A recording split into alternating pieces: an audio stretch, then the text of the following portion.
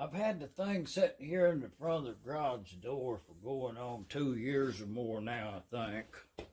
6 horsepower M.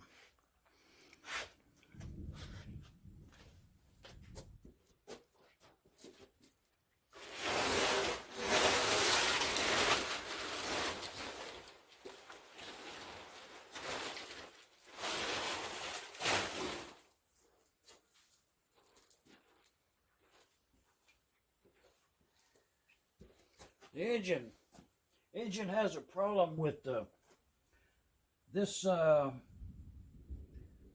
governor.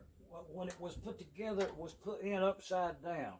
So I have to take all that out there and get in at that governor flapper in there and turn that thing upside down and put it back together. I think it's got an R mag on it. Igniter engine, overstrike. 6 horsepower. It's international harvester. Throttle-governor engine. Well, we're going to drag it down there and get them parts out there and see what it's all about.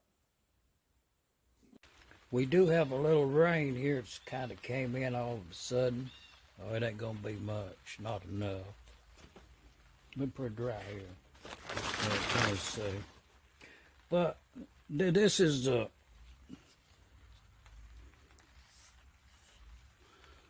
the problem. As you can see, the way it's hooked up. Let's unhook it down there at the bottom. Set that free.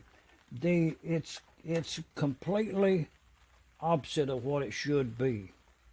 So we have to take it apart and get in there and turn that upside down. Let's go over there and look at one from the factory as the way that works. This right here being, that's a head off of a McCormick Dairy Type M, 1.5 horsepower. The engine we're working on out there is 6 horsepower Type M, international. It was igniter type. This being a spark plug type right there.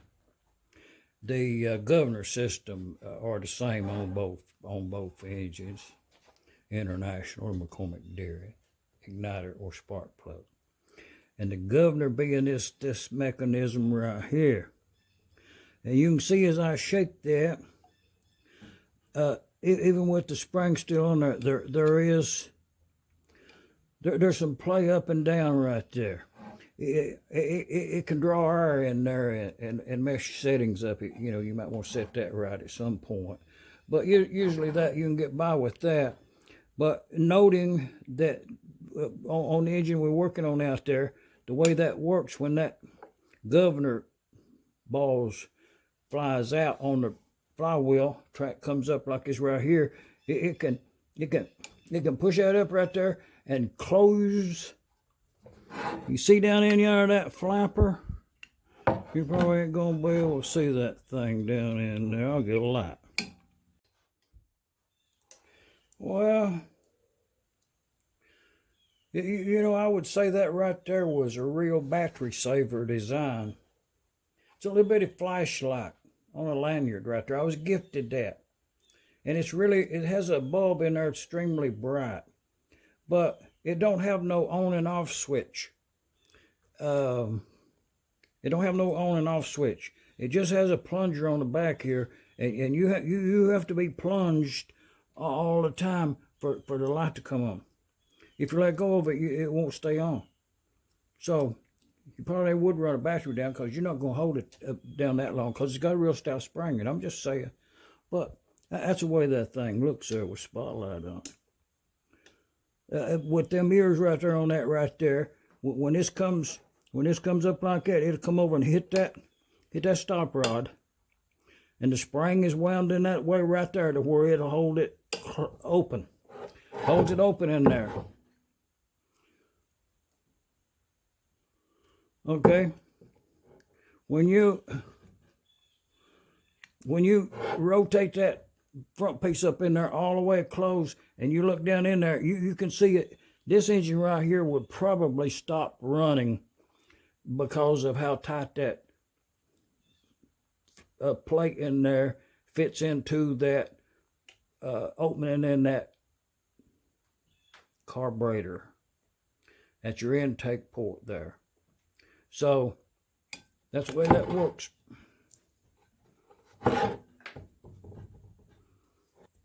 Oh yeah, thank you, Chris. Man, that put the spotlight on that right there. If you can't, oh yeah, thank you, Chris. Now you can see somebody done put the wrong spring on the bottom down there on this engine right here on just looking at it. But all the hardware there and everything, looks like that intake spring's in good condition, that hardware. So we'll put this head here back onto an engine, a really great spark plug thread. With some valve work, we'll be good to go here. Clean up.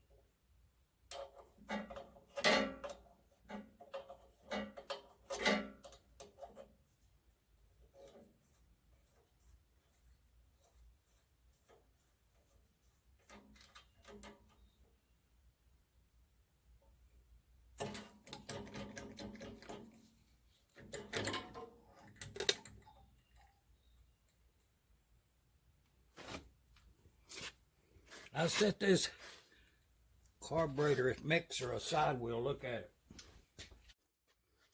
Well, you know, I should challenge Uncle Tony's garage. I should challenge him to a video as to the importance of gasket sealer on a gasket. This engine was put together as is here with a new gasket, but no sealer on it. A gasket is a gasket. Gasket sealer is to be applied to the gasket and then put onto the application. Just saying, if you have an air leak here, then it's not good. But let's look at that flapper. It actually fits really good. Well, yeah, I should challenge Uncle Tony's garage as to a video as to importance of gasket sealer onto a mating surface there. It has a new gasket on here. The engine ain't never been fired since it was put together. And this is the condition that it came into our possessions. And just wanted to get the engine started up, and because it's a good looking engine.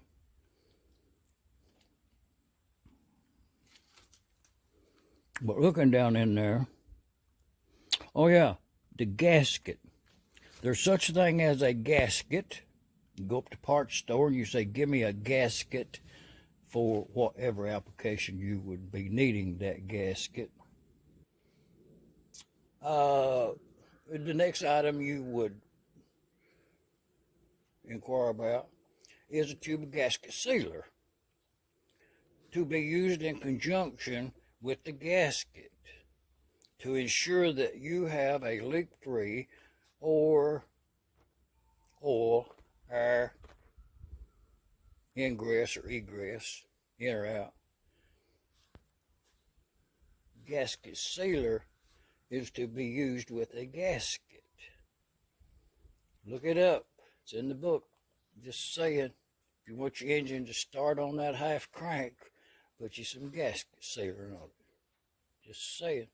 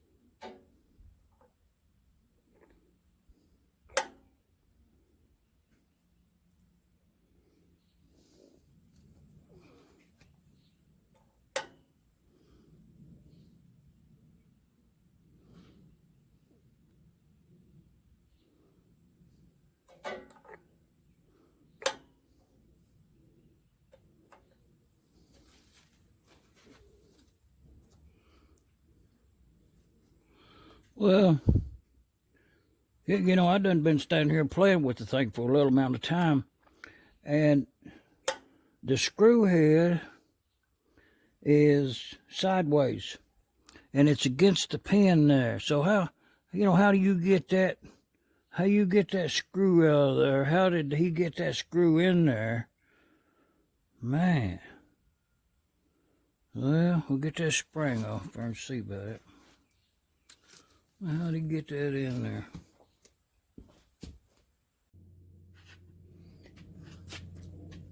Well, as I was getting this spring off here, that to disconnect that spring and then figuring out what was going on, I think what happened is this being a homemade or it's not original mechanism, but it seems to work pretty good. It's really tight in the bore and everything. It's a little shade loose in the intake port here, the air. It's not a perfect 100%, but it's pretty tight. So, and the way that works on this one, it's got a little slot there at a flat place, and then a screw on one end down there, so you can just get it right there. And but when I was doing this right here, this had got probably bumped in transportation, and this thing got on the other side of this. So as I was prying it around that way to see how to get that spring out, it came back. So, and now it's back. This is the position when you put it together. This is the position it would be in with this pivot pin going down towards the governor arm. Let's say about that position. And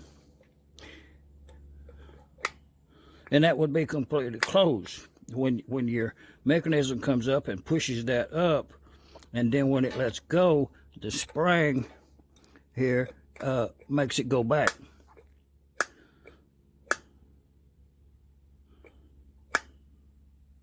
So I'll get another wind on that spring, and we'll put a little gasket sealer on there and put that back together.